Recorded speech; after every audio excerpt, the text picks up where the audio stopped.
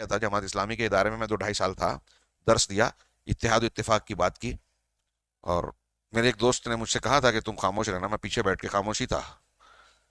تو اس کے بعد جو ہے وہ ان کے ایک وہ ان کا طریقہ ہے نا، درس قرآن، مطالعہ، حاصل مطالعہ اور فلاں اقتباس کا مطالعہ. تو بہرحال وہ جو تحریکی آیت جو بولتے ہیں، ان کے آیتوں میں بھی تحریکی اور غیر تحریکی ہے. کیا عجیب سی حالت ہے. ان تتفرقوا فی، کیا ہے، ان اقیموا الدین ولا تتفرقوا فی والی آیت پر درس دیا کہ دین کو قائم کرو، اقامت دین، اور فرقہ فرقہ نہ بنو.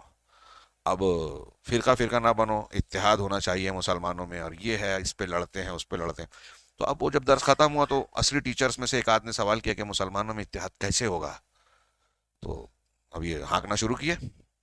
بولے کیا یہ لگا رکھا ہے کہ فاتحہ پڑھ سکتے کہ نہیں پڑھ سکتے، میلاد کر سکتے کہ نہیں کر سکتے، اور یہ کر سکتے کہ نہیں.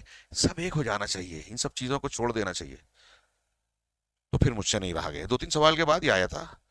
میں نے کہا سر، یعنی جو دین قائم میں نے ان سے سوال کیا جو جواب دیے تھے، یہ بتائیے کہ اللہ تعالیٰ نے انبیاء کو جو دین قائم کرنے کا حکم دیا تو وہ دین کون سا ہے. تو ان کے کان کھڑے ہو گئے کہ کچھ اعتراض کرنا چاہتا ہے. بولے آپ کہنا کیا چاہتے ہیں. میں نے کہا آپ نے بھی بیان کیا نا کہ دین قائم کون سا دین. بولے کہنا کیا چاہتے ہو کلیئرلی بولو. تو میں نے کہا کہ کیا انبیاء کرام جو دین قائم کرنا چاہتے ہیں وہ جو ہے اس میں ایسا دین ہوگا کہ جس میں بدعت بھی ہو، شرک بھی ہو، تو قائم کرنا ہے. تو بولے ہم نے یہ کب کہا. میں پوچھ رہا ہوں نا. تو بولے ہم نے یہ کب کہا. میں آپ تو کہہ رہے ہیں نا ابھی کہ میلاد پڑھ سکتے کہ نہیں پڑھ سکتے، میلاد کرو کہ نہیں کرو، یہ نہیں کرو کہ ہو جاؤ ایک. مطلب آپ یہ کہہ رہے ہیں کہ شرک کرو، بدعت کرو، ایک ہو جاؤ. بولے ہم نے یہ کب کہا. میں نے یہی تو کہا آپ نے. میں نے کہا یہی تو کہہ رہے ہیں آپ. جماعت اسلامی کی فکر یہی ہے، حکومت قائم کرنا ہے ٹارگٹ. تو دعوت حکومت کے لیے طاقت چاہیے، طاقت کے لیے اتحاد. تو اب وہ اتحاد حکومت کے لیے جو ہوگا اس میں توحید کی کوئی گنجائش کی ضرورت نہیں ہے، سنت کی اتباع.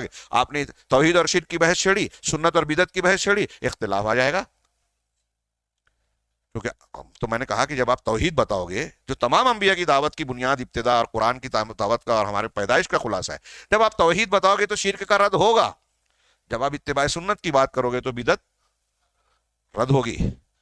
اور آپ کہتے ہو کہ اس سب پہ پڑھو ہی مت. تو کیا کوئی نبی ایسا دین پہنچایا یا دین کو قائم کرنے کا اللہ نے حکم دیا کہ اس میں شرک بھی ہے تو چلنے دو گاڑی. کسی نبی نے برداشت کیا. تو کہا کہ آپ یعنی کہنا کیا چاہ رہے ہیں کہ کیا ہم یہ، مطلب یار اللہ تک رسول صلی اللہ علیہ وسلم نے دعوت کا طریقہ بھی بتایا. میں نے بخاری مسلم کی حدیث سنائی، حضرت معاذ بن جبل رضی اللہ تعالیٰ عنہ والی. حضرت ابن عباس نے جو روایت کیا کہ جب یمن بھیجا اللہ تعالی رسول نے تو ان کو جو تلقین کی کہ آپ اہل کتاب کی ایک قوم کے پاس آ رہے ہیں، فلیکن اولا ما تدعوہم الیہم شہادت اللہ الہ الا اللہ، ہے نا. کہ یہ آپ نے پڑھی ہے کتاب التوحید میں، باب دعوت اللہ. ہاں، کہ جب تم اہل کتاب کے پاس جاؤ گے تو تمہاری سب سے پہلی دعوت کیا ہونی چاہیے؟ اللہ کے سوا کوئی معبود نہیں ہے. اور ایک روایت میں ان یوحد اللہ، کہ اللہ کی توحید کو قبول کرے.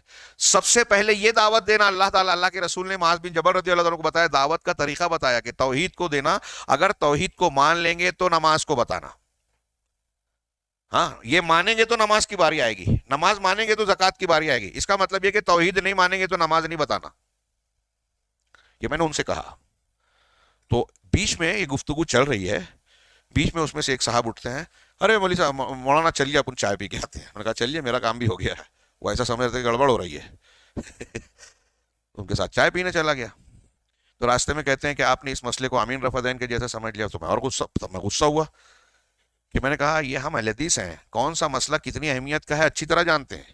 اور میں نے کہا امین رفع دین کو آپ جس طرح حقارت کے ساتھ ذکر کر رہے ہیں، ہم اس کی تحقیر بھی برداشت نہیں کرتے، اس لیے کہ وہ رسول کی سکھا. میں کہاں حقارت کر رہا ہوں؟ کہا آپ وہی تو کہہ رہے ہو نا. اور میں نے کہا ہماری بنیاد توحید ہی ہے. اور ایک بات یہ میں آپ لوگوں سے کہوں گا کہ اس معاملے میں مولانا مودودی کی فکر سے متاثر ہو کر سید قطب نے اور شدت اختیار کی. جمعہ جماعت چھوڑ دی تھی انہوں نے. خارجیوں کی علامت ہے، سنیوں کے ساتھ نہیں کرتے. مسلمانوں کو کہا اہل کتاب کی طرح مان کے ان کا ذبیحہ کھا سکتے ہیں، صاحب کافر.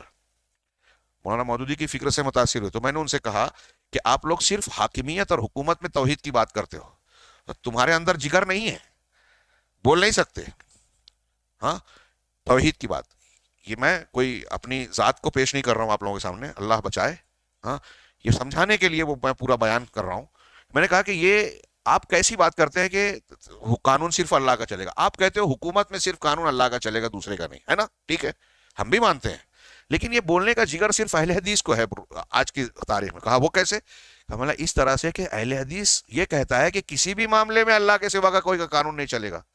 آپ بولتے ہو حکومت میں چلے گا اور حکومت میں ہماری طاقت نہیں ہے, جہاں طاقت نہیں ہے وہاں بولتے ہو کہ ہمارا قانون نافذ کرو, اور جہاں طاقت ہے, قبر پرستی ہو رہی ہے, تقلید ہو رہی ہے, کئی جگہوں پر قرآن حدیث کے مقابلے میں بزرگوں کا, اماموں کا, مفتیوں کا, علماء کا, ماں باپ کا بنایا ہوا قانون چل رہا ہے, ان کے اجتہادات چل رہے ہیں, آپ کہتے ہو یہ بھی صحیح اور یہ بھی صحیح.